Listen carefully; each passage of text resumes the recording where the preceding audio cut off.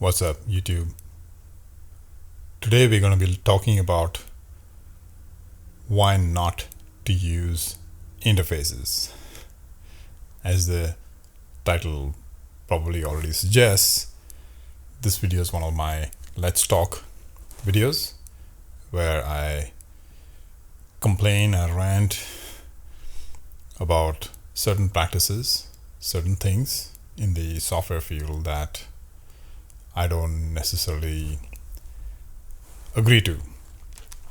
I'm not saying they're totally irrelevant, but I don't get why people use interfaces. Now, there are some uses of interfaces that I do agree with, and I'll talk about those.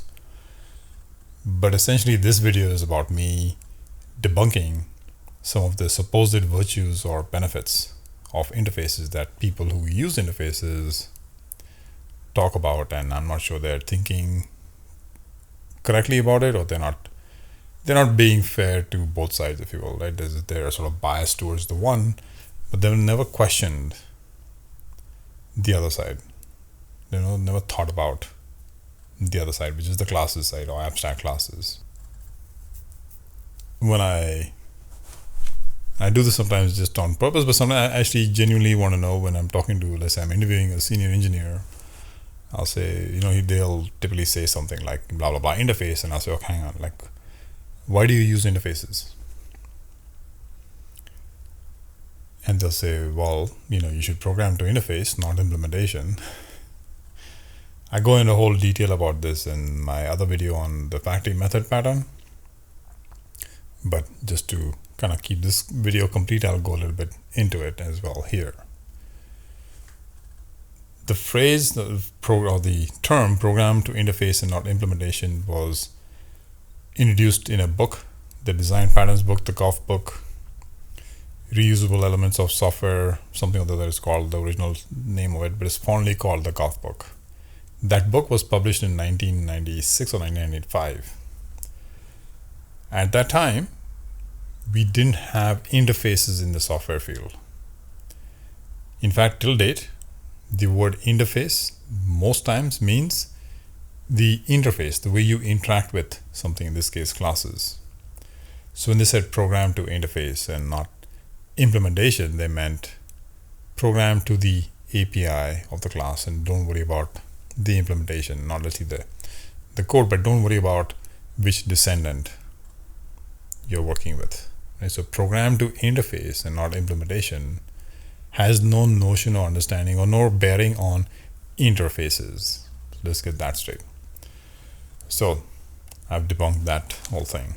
I mean, I'm not saying the programming interface and not implementation is incorrect. That's perfectly fine, and I espouse to that. But you shouldn't be using interfaces because somebody said you should program to interfaces and not implementations. Right? So that's debunked. Okay, the next thing that people talk about is interfaces are a contract. Really? They're a contract? And so classes are not contracts? Or, okay, let's talk about contracts. If you're employed in a certain company, you have a contract, right, with your employer. How would you like it if they changed the contract without your signature? Exactly. First of all, they can't, right? It's not a legal and binding contract. If they unilaterally decided to change the contract, both parties or all parties have to sign off on the change. How many times do you do that when you use interfaces and you happily change the interface, augment it, change it, how you want to do it? Do you look at the other classes that are implementing the interface in your project and other partner teams or whatever it is? Do you have a contract with them? Let's not BS ourselves. This is not a contract. The only contract about an interface is the fact that it has certain methods and signatures, but classes have that too. So you can't say classes are not contracts and interfaces are. Now, there was a time when interfaces actually were a contract. Back in the day during COM and DCOM, I think DCOM came out in 97, 98, like somewhere around that time frame. Those interfaces were actually contracts. Those interfaces had a GUID associated to them, and those interfaces and the GUIDs went hand in hand, and you could never, ever, ever change the interface. If you wanted to make a change, you would define a new interface that could potentially inherit from this interface and then add on the additional methods or whatever. They typically had like a numbering scheme to them, blah interface, then it was blah 2 and then blah 3. The original interface was never changed. That was an actual contract. At least that's how they treated it, because they guaranteed to you that we will never, ever, ever, ever, ever change this interface. So you're free to implement this interface without any care or concern or fear about us breaking that contract with you. Now, if you claim, as someone who uses interfaces in C# and other languages, that you don't ever change, I mean, I'd like to see that. I'd like you to prove it. Okay, I'm not saying that maybe some of you don't, but the rest of the people are not. My beef with these statements is that they're not even true statements. They're not even valid statements, yet we are making statements like this, as if they're like some gospel. And that's my problem with it. Interfaces are not contracts just because they're interfaces. Classes can be contracts too. I mean, if you're willing to follow that discipline with interfaces, you can follow the same discipline with classes. What's the problem? They're not contracts because they're interfaces, right? You might treat them like contracts because you are making that promise, but you can do the same with classes, isn't it? So, interfaces and abstract classes in that regard are identical. They're either changing or they're not changing. Either ways, both can be treated as a contract or not. Right? So, debunked. Number 2.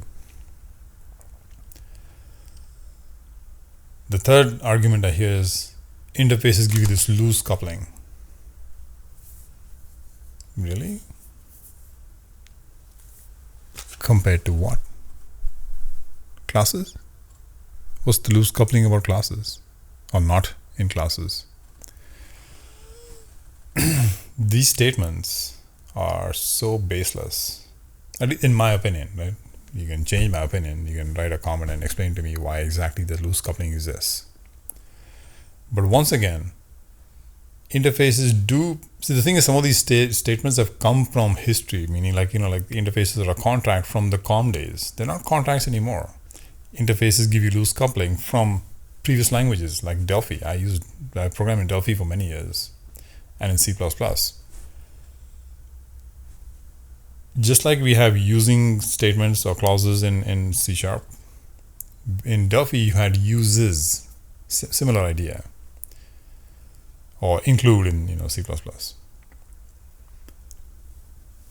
When you used something in Delphi, you used an actual pass file. You were coupled to an actual pass file. The pass was like the .cs file that we have in C++, C#. You're coupled to an actual class that has an actual implementation in that actual pass file. In Delphi, you had 2 places to put uses clauses: the interface section of the class and then the implementation section of the class. It's almost like, whereas in C++ you have the .h file and then the .cpp file. In Delphi it was one file, but the uses were in 2 places. So you could decide, I want to be coupled to this thing in my interface side. I want to be coupled to this thing in my implementation side. And there was a huge implication to that coupling, if you will. And that was a true coupling. Because you're coupled to an actual pass file, actual code of an actual class that had actual implementation. It was not an idea. In .NET, the uses, or in C#, the uses is is an idea. You're saying I'm using this namespace. Okay. Where is the namespace exactly? Well, it could be in any number of assemblies. You're not saying anything about an assembly. You're saying I'm using this namespace. An assembly can have multiple namespaces. The same namespace can be across multiple assemblies. You're not saying one thing or the other about the physical manifestation of that thing, right? But that works for interfaces and works for classes as well. It's not any more or less for classes. So whereas in Delphi, I would use interfaces all the time to keep myself, to give me that abstraction, to give me that decoupling from implementation. You could have an interface defined in a pass file, and in your interface section in your Delphi classes, you uses the interface class, the pass file. In your implementation section, you could say I'm using this class that implements that interface, but you can swap out that using clause to use a different class without breaking the signature, or nothing else would have to be recompiled because you did that. That was loose coupling, and in Delphi, you get that loose coupling. In C++, they don't have interfaces till date. They don't need them because they have had .h files, and the .h files give you the same feature, right? So the loose coupling in Delphi was achieved by way of having an interface, and I used interfaces a lot. When I came to .NET, to C#, I continued that practice. Once I understood in the namespaces correctly, and I said, like, but this is not giving me any advantage now. At this point, because of the way .NET uses namespaces, or you're coupling yourself to a namespace, but not an assembly and not a .cs file, right? You're coupled to an idea, a namespace. You're not getting any more or less coupling because you use interfaces then. So the advantage of the loose coupling in .NET doesn't exist. So I said, some of these statements come from other languages that had the problem. In .NET, there is no such problem. If you truly understand that, then you would say, well, then base classes and interfaces give you no coupling. Now you can say I'm coupled to a class, right? Listen, in the real world, it doesn't really matter. You're coupled to both interfaces and classes to the same extent. Or we can say we're both not coupled. You can't say interfaces are less coupled than classes are. If I give you an abstract base class and you say I want to use an interface, you're not more or less coupled to the other thing, right? Yeah, I know, I can hear you. Now you're saying, but, yes, I'm going to get to that. The other argument is, well, let's say I'm building a library. You want to use my library. And in my library, I define a base class, and I'm forcing you to implement or descend from my base class to do your stuff so that my library can use your implementations in my library. So I'm forcing you to descend from my base class. And so that's one argument. And so you're complaining, you may not be complaining, maybe you're agreeing with me, but let's say if you're one of those who believes in interfaces, then you'd be complaining saying, but Shiv, you're forcing me to implement from your hierarchy. Yeah. What's the problem with that? Well, you got a $1 million class you've bought or you've built, it took 10 people, 10 years to build this class, has been battle tested in production, and you don't want to throw it away. You want to be able to reuse that. Okay, go right ahead.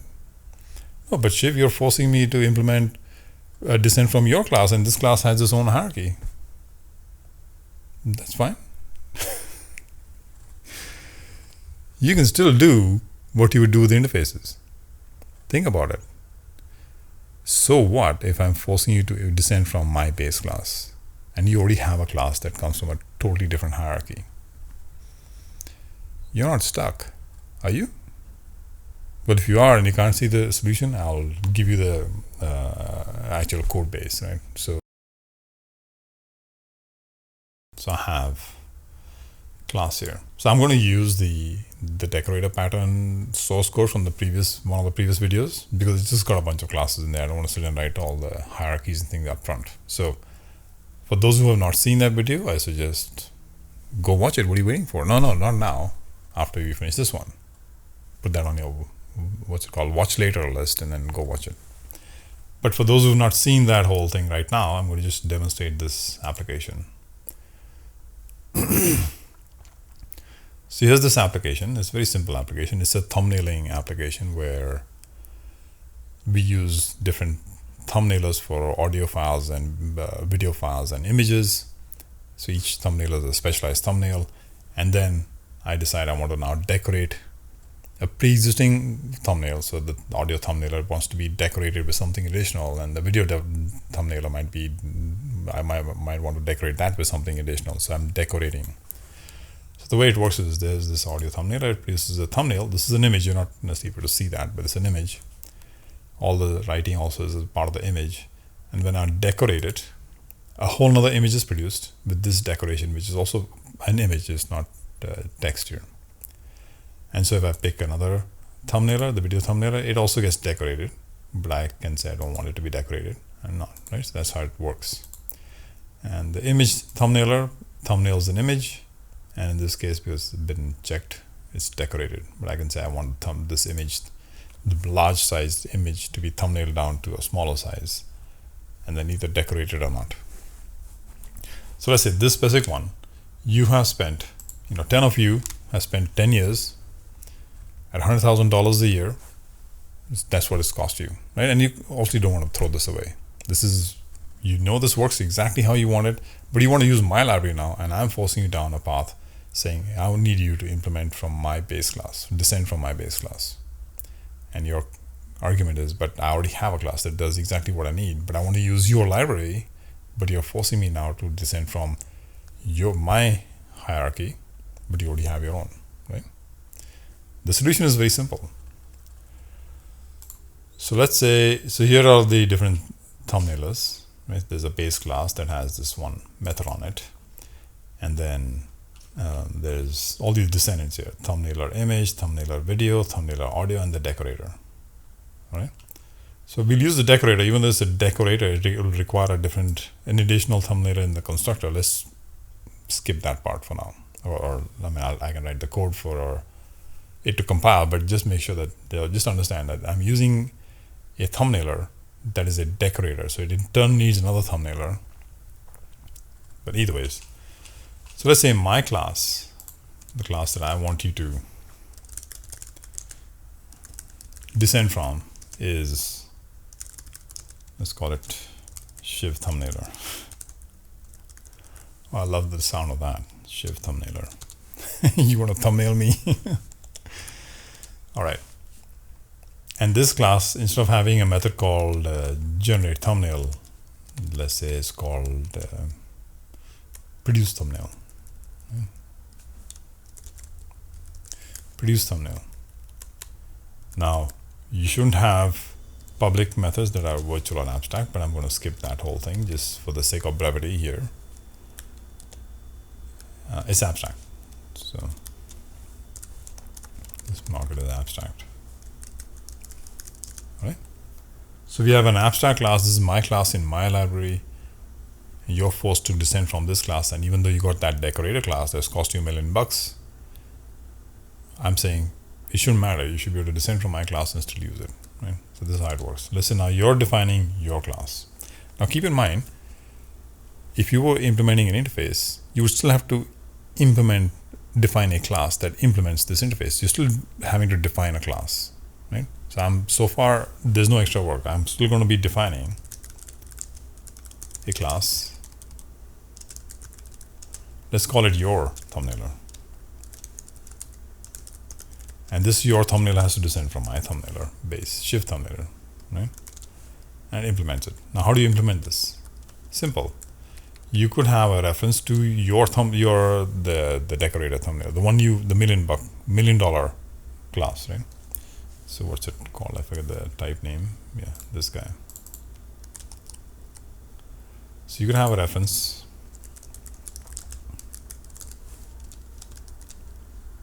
Oops, what did I do? Wow, okay, sorry.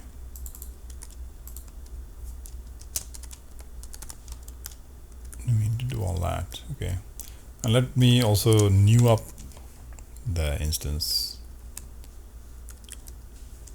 And now, as I said over here, I'll need a constructor argument. So for now, I'm just going to put null, but because this class happens to be a decorator, I'm forced into that. But let's say that's not the case. And then here, every time somebody calls produce thumbnail, you can call your thumbnailer dot generate thumbnail and return the thumbnail you want, and you're done. There you are. It's the same thing, right? You're not doing any extra work to descend from my base class instead of my interface to use your $1 million pre-existing class. It's the same exact steps. No difference. Debunked this one too. You agree? No? Well, if you don't, let me know why you don't agree. It's the same thing in my mind. I'm still using, or you're still able to use your $1 million class. You're still descending from my base class. There's no difference. There's no extra work. Even if there was an extra piece of work, it's not a showstopper. In my mind, there's not any extra work. It's the same amount of work. Okay, so it debunks that aspect.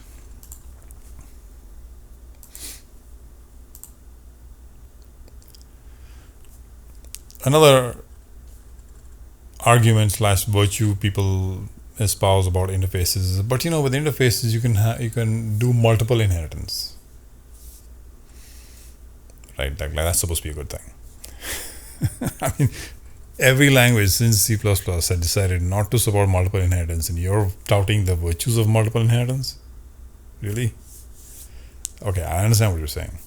So there are some interfaces, like the doables, right? The comparables, the disposable, the sortable, the enumerable. These are interfaces that I believe are truly interfaces. It's the can-dos.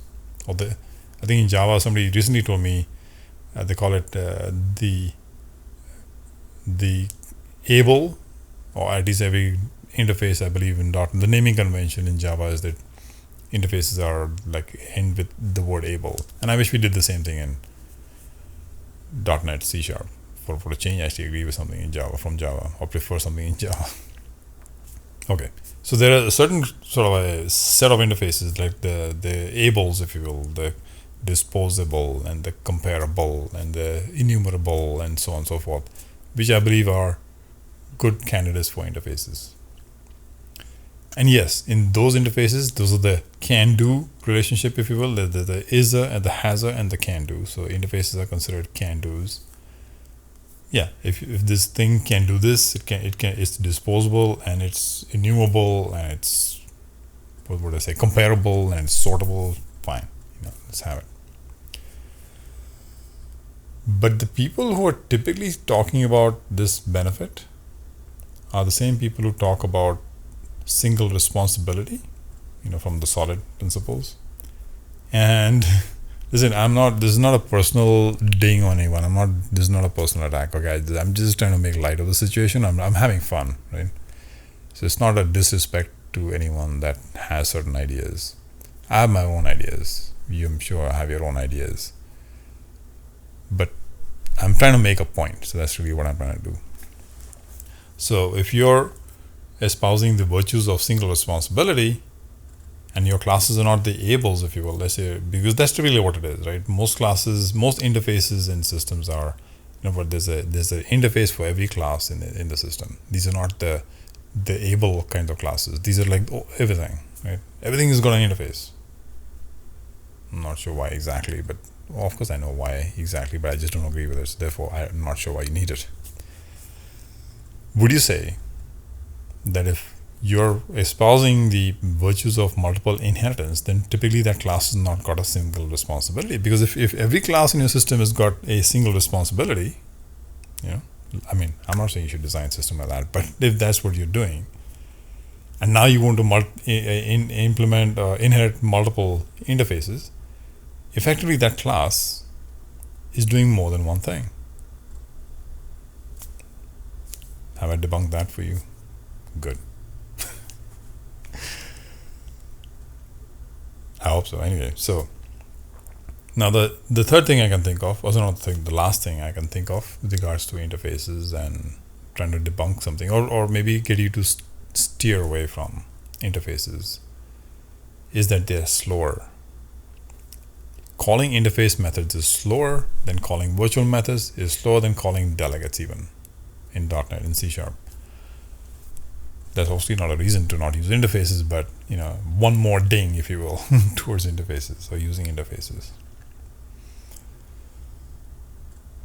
If there are any other virtues of interfaces that I've not covered that you want me to debunk, let me know. I'll be happy to debunk those. It's quite possible I've forgotten a few. If there's something else you want me to clear up, ask me a comment. If it wants another video, I'll do that too. But hopefully I can answer that in your comments as well. All right. So the debunking part is over. The justification part is over. Now there's two other parts. One is, I don't know if you're keeping track with C#8 and one of the language features there in C#8. Oh my gosh. While Anders Hallberg, I don't know if you guys know Anders Hallberg. Anders Hallberg is the same person that created Delphi, the other language I talked about earlier, C#, the one I'm talking about now, and TypeScript. And before that, Turbo Pascal. Right? So this guy has got like a history of producing just unbelievable languages. He's a master, man. The guy's like a god. One of the things he's really clear about is keeping things simple. And he loves simple. He doesn't like complicated. And since he's moved on or focusing more on TypeScript these days, over the last 4 years at least, I think, C#, in my opinion, is taking kind of dive downhill. It's sad, but true. It's either that or because we now have the C# compiler written in C#, that's Roslyn, it's a lot easier to add features than it was in the previous compiler, which was written in C++ or C++. For whatever reason, the clutter of new features, there's lots of new features in C# that I love, lots of them. So it's not like every feature is a bad feature. But the fact that we are getting a feature that I'm going to talk about here in C#8, or at least it's slated to be in C#8, default implementations for interfaces. Really? Default implementation for interfaces now? Like, what is wrong with these people? I think it's a bad idea. I think even people who love interfaces don't like this idea. And I know exactly why they come up with this feature. Right? There is a problem with interfaces. Now, if you've been using interfaces and you love interfaces and you don't know the problem, then guess what you're doing? You are making choices without understanding the cons. Always understand the cons before you decide on a certain technique, technology, platform, whatever and it's not just software, everywhere, in your life. Have to understand the cons. Now there's a con in C# in interfaces, by the way. Eric Gama was one of the authors of the Design Patterns book, The Gang of Four. So he's one of the Gang of the Four. He's also the author of Eclipse, the IDE. And guess what? He's also the author or the creator of Visual Studio Code. Yeah, Eric Gama has been in Microsoft for many years. He started this whole thing about having an IDE, browser-based IDE in the browser, and then eventually, because of Electron and a bunch of other technologies, they decided to rewrite or do it in as a desktop application, cross-platform. So that's Visual Studio Code.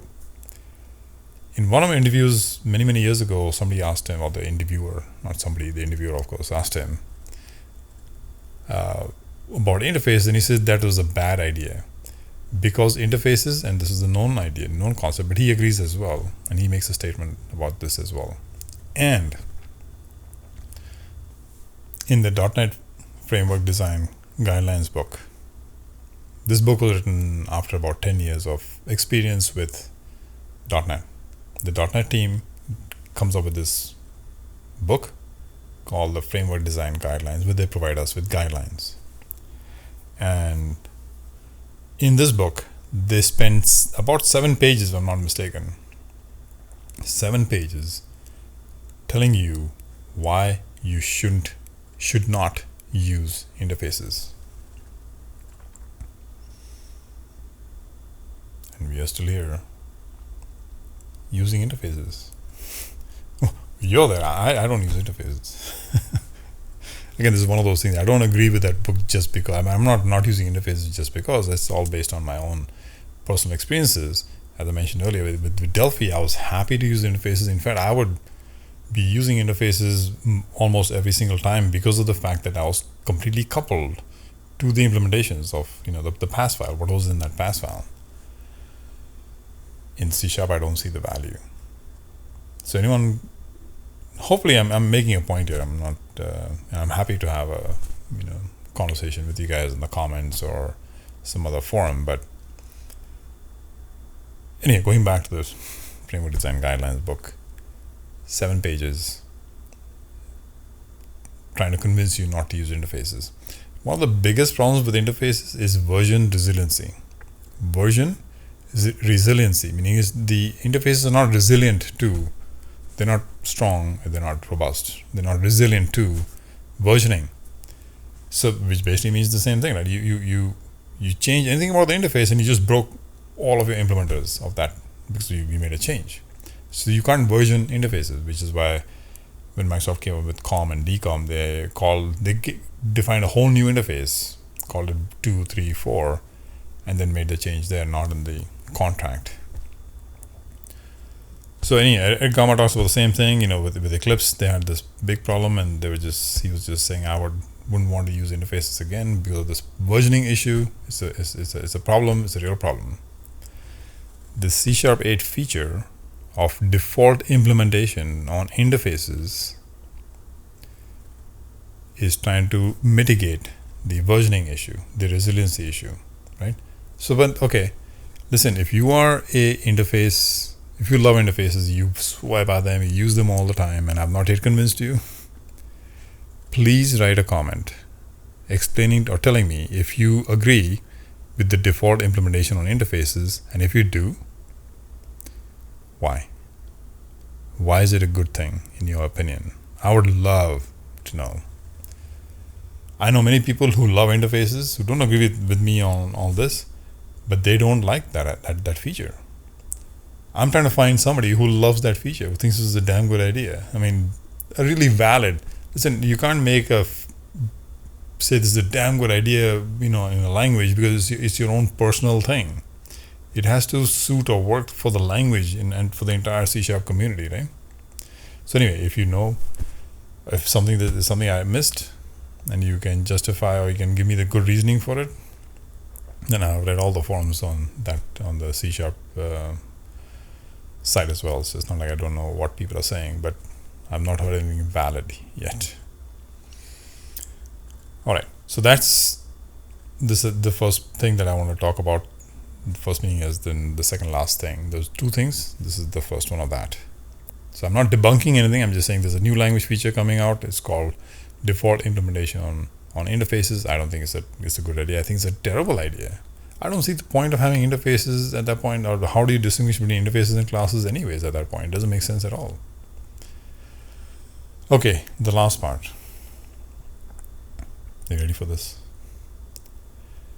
Do I use interfaces? Yes. Not almost never. But there are times when I use interface. See, this is the thing I feel about, like most people. I have no qualms about using interfaces. I just don't want to use them when classes will do. So when I do use them, it's because classes don't fit. They don't work, or they're not the right choice. Interfaces are a very clean or very good choice. I'll use interfaces for when that is the case. Right? All right. Now, even with this statement, I'm saying that there's a con to this choice. You have to understand the con. And there are some times in some systems where because of that con, I won't make this choice. And sometimes I do. It just depends on which system. In this system, that con is acceptable. In another system, the same con is not acceptable. You need to be flexible enough to pick the right tool for the job. Don't be married to the language, to the platform, to the tool, to design pattern. Oh my God, design patterns. I know I've been making a series of design videos on design patterns. I just think it's the worst thing to start with is the worst thing to teach, because it's just not, you cannot, I mean, I can explain it, I can do a good job of trying to explain, patterns to people. You might say you got it, right? But you haven't. I mean, let me just qualify that a little bit. Sorry, I'm just deviating a little bit here. You do get it today. Next year, you watch these videos, you'll get it some more. 10 years later, after watching these videos 2-3 times a year, every year for 10 years, yeah, please do that. Honestly, I know people who worked with me for 7 years, and they've told me this. Not one, but many people have told me this. So I know this is how it works, because I've seen it for myself. The more experience you have, the better you understand things you did in the past. Design patterns are one of those things you should not be learning at the get-go. But unfortunately, people, by the hands up, anyone who likes interview processes that we have in these companies, especially like the Facebooks and the Googles of the world, I think it's total BS. I think these people haven't a clue how to interview people, and they want this cookie cutter way of repeatable process, right? So they have these predefined ways to interview. Preparing for an interview, seriously? Listen, if I do a lot of interviewing, and if you came and told me, Shiv, I'm preparing for this interview, I'd say I don't need to hire you. It's that simple. If you need to prepare, if I'm asking you as the company hiring you, and I've had companies say, please come prepared for this interview. So, what nonsense. Why would you come? This is not a school. Listen, you either know your shit or you don't. It's just that simple. What are you going to prepare for? If I had to go preparing for an interview, I wouldn't even know where to start. Like, I know what I know, and I don't know what I don't know. That's it. I mean, I'm done. I'm either good enough for the job or I'm not. I mean, I can't prepare for something. Like, what am I supposed to fake it? Like, memorize something before I go to the interview? This is nonsense. Any company that wants you to prepare for something doesn't know how to interview people. My 2 cents. Okay, where were we? Gosh, I get deviated into some of these topics. Yeah, so let me show you the one use case for which I will use interfaces. It revolves around, again, one of those solid principles thing, and I'm not a big fan of solid, okay? Let's just be very clear. I can trash that thing to hell and back.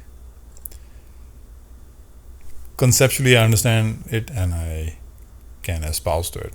What I don't like is what has become of it and how people treat it and how they kind of swear by it and they build entire systems by it. I think that's just... This field, software engineering, is not an engineering field. We haven't a clue what we're doing. I come from an electronics background, so I'm an engineer, but from an electronics perspective, that is a completely different field. Nobody's figuring things out in that field. We know exactly how to manufacture something and make it flawless, and that the monitor, the computer will work flawlessly for 10-15 years. We can't build software bug free from the get-go. We're still trying to learn. This industry is still growing up. We're still trying to find our way. We're trying to build a blooming process. How do we even produce the software? We can't agree on that. Like, I'm not talking about the technical aspect. I'm talking like agile versus all the other. Oh gosh. Okay, let me just get on with this thing. So the example I'm going to show you is it's a pre-existing application. So I'm not going to go into the depth of this whole thing. I'm going to try and explain what the problem is. I have this one class here. It's this service locator. It has a bunch of methods. Let's assume this had about 50 methods on this class. And there's, in my system, I don't know if you guys see it like this. In my system, I have the classes are in an organizational hierarchy, and it's not object-oriented hierarchy, but like an organizational thing, which is there are classes that are kind of higher up in the totem pole, and then there are classes that we would consider kind of lower down in the totem pole. Right? So in my mind, at least, there are some classes that are higher up, are more important and do more useful or bigger things. like a manager, right? They do a lot of work, but they don't actually do the work. But they orchestrate, they interact with multiple people, and then they delegate to the different people. And then there are some classes that actually just do the work, but they're a small part of the entire puzzle, right? So the source locator is like higher up in the totem pole. And there's another class here that's lower down in the totem pole called the gateway. And the gateway would love to be able to use this method from this class, right? So create HTTP message handler that returns an HTTP message handler. The gateway would love to use this method. So one way is to give the gateway this source locator. The source locator is too important a class and has too much functionality to just hand off to the gateway, right? You don't want the gateway to get more than it needs. And this is part of one of my other videos that I'm going to be talking about, API design and method design, where methods should be given the bare minimum information, nothing more. Giving the gateway this source locator class, because let's say it's got 20 methods here. Besides the fact that this is higher up in the totem pole, it's got 20 methods here. That gateway just needs one. Don't do that. Don't give a class more than it needs. Don't give a method more information than it needs. So the wrong thing to do would be to give the source locator the gateway and say, yeah, go for it. And the gateway could use any one of the other methods that you don't even know it's going to use, because you think it's only going to use the one today, but maybe tomorrow it ends up using 2 and 3 and 4, and all hell breaks loose in your system. So the solution to this is you could say, well, let the gateway use an interface, and this interface has this one method on it. It's called create HTTP message handler that returns an HTTP message handler. As far as the gateway is concerned, it says, hey, I need someone, something, somewhere that has this capability. And you could, if the source locator were to implement this interface, now the base class for this source locator does actually implement this interface, then you satisfied the interface. And therefore, you could send the source locator to the gateway. The gateway sees it as the interface, but the source locator is what you already have. So it works. It's sort of a variation to one of the solid principles called interface segregation. There's different ways to see interface segregation. This is one of the ways where you're breaking down a larger interface, and it's not interfaces, it's the API, the methods of a class, into smaller methods. So you're not forcing classes to have to implement methods they don't require. In this case, I'm saying I don't want the class to see more than it needs to see. So I'm segregating the interface by using interfaces. I'm segregating the interface of the source locator to a smaller chunk, in this case, one method. And the gateway says I only need something that has this one method on it. The gateway is also not asking for heaven and earth. It's just asking for the thing it requires, right? So this is a good use for interfaces, in my opinion. But wait, there's a problem. What's the problem? You must know the cons before you use something or buy into something or agree to something. Now the con is a little weird, or not weird. It's some people that I've on my team as issue, but that's being overly finicky, is it not? Well, yeah, maybe not. It just depends on how you want to look at it. Here's the problem I see with this design, even though, as you can see, I use it here. The gateway is lower down in the totem pole. The source locator is higher up in the totem pole. To me, that feels like let's say, we are like these people lower down on the totem pole in a large organization, right? We're like down here. It's like one of us going up to the CEO and saying, can you get me a cup of coffee, please? It feels like that to me. The gateway has effectively forced the source locator to implement an interface, and that's not good. I don't like that. It's almost like the dependency is kind of going backwards now, and I don't like that. Now, it turns out there are languages like D, I believe Swift, and TypeScript, But you don't have to do that. For the same exact need, you won't have to have the service locator implement the interface. Even though the gateway can define the interface and say, I want something that implements this interface, the service locator can be passed to the gateway without the service locator having to be forced to implement the interface. And boy, would I love that feature in C#. Now it's called structural typing. So there's duck typing, which is if it quacks like a duck, it walks like a duck, it must be a duck. This is structural typing. What it's saying is the gateway says I need something that has this method with the signature. And at compile time, because you're passing in the service locator, the compiler can verify that this service locator in some form or fashion is implementing this structure, and it lets it through. In TypeScript and in D and in, I think, Swift, this works. In C#, unfortunately, we don't have structural typing, and I don't think, well, I don't know. I mean, I've been asking for this feature, never got it. There you have it. So we don't have it, but if we had structural typing, then this, in my mind, even that one flaw there or the one drawback that I see with this use of interfaces would disappear, right? Because then the service locator is not forced to implement the interface, which means I'm not telling my CEO to go get me a cup of coffee. But as the CEO goes by, I can take his coffee or her coffee. No, I'm kidding. I hope you get the point. So there are times when interfaces do make sense. I just don't believe interfaces make sense all the time. Dogmatically, everything has to have an interface. I cannot. Can you please explain to me? Yeah, I know what you're going to say when I ask you this question. Can you please explain to me why every single class is backed by an interface in your system?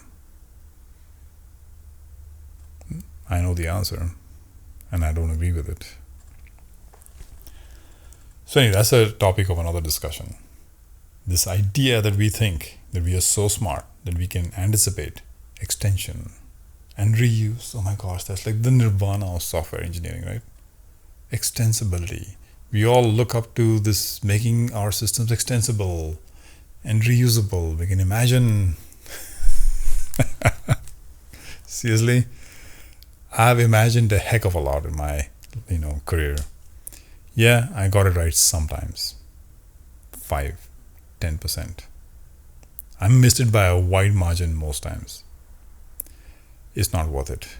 Extensibility, reusability, all this nonsense, modularity. Please. And that's another topic though. Would you want to watch that video too? On my take on reusability and extensibility and all the BS around that. If you want to, let me know in the comments. Anyway, I hope this has been fun. I enjoyed it, as I always do, making any of these videos. If you enjoyed it, please give me a thumbs up. Please subscribe if you haven't already subscribed. Please hit that icon or bell, the notify bell, so you get the notifications. And I will see you next time.